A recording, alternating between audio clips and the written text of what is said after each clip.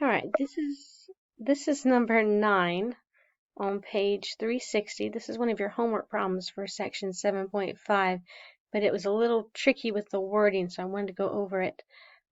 So for question A, it's asking for you to find the expected value for each of the 3 ticket options: buying 1 ticket, buying 3 tickets, or buying 5 tickets.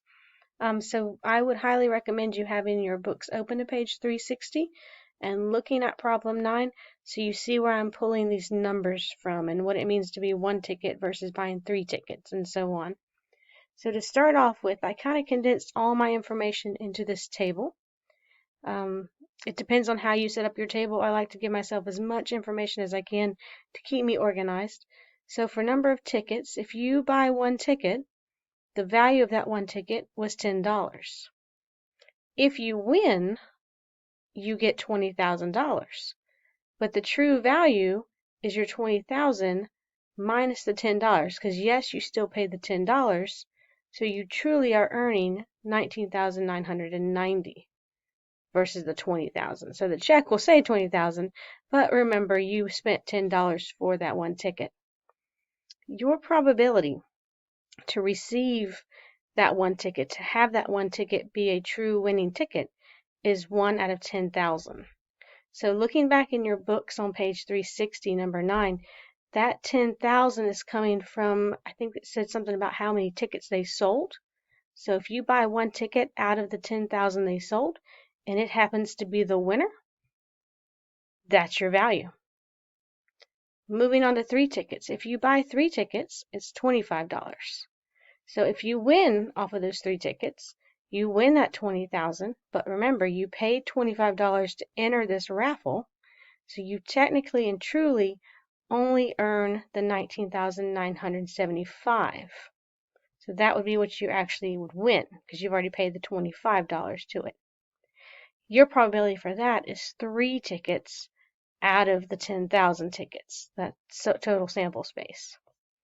And then the last one they said was you could buy 5 tickets for $40. But again, if you do win that 20,000, you've still paid the 40 towards it.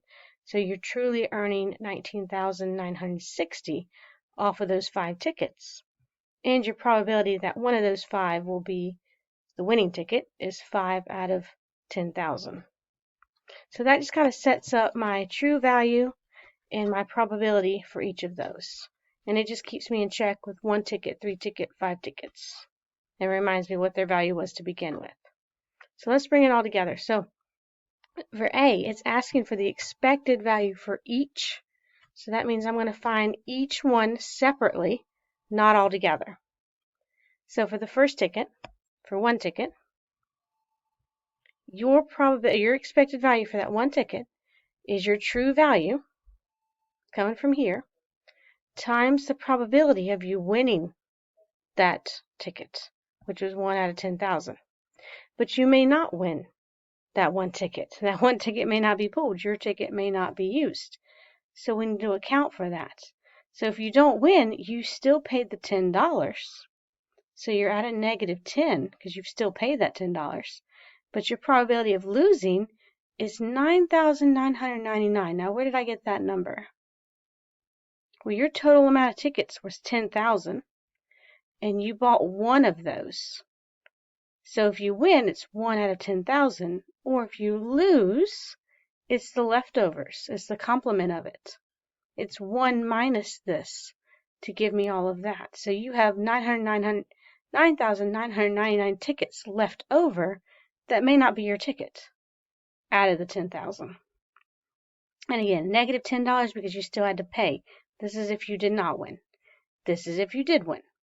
Merge them all together, and you're getting a negative 8 for your expected value of 1 ticket. We're going to do that again, but with 3 tickets. So for 3 tickets, expected value of 3 tickets, we've already seen the true value of it. That's coming down to 19,975. Getting that from up here because you had to pay the $25 fee. And your probability of winning that was 3 tickets out of 10,000. That's if you win. If you lose, you still pay that $25. So that's why there's a negative there. And I'm coming up with the probability of losing is 9,997 out of 10,000. Why might that be? Where did I get this 9,997? That's the leftovers. So if you win, there's 3 tickets. If it's not those 3 tickets, that's how many tickets are left over in the pile. I'll bring it all together, and I'm looking at a $19 loss. A little bit worse than that, isn't it? The $8 loss. And for the final one, for 5 tickets, if you win, you are truly earning 19,960. Again, found that from up above. Your probability of winning was 5 tickets out of 10,000. But you could lose. And you've already paid that $40. So I need the minus there. And that's how many tickets are left over if you bought those 5. So this is the win. This is the loss. All together, I'm looking at a $30 loss. So if I buy 1 ticket, I'm looking at an $8 loss.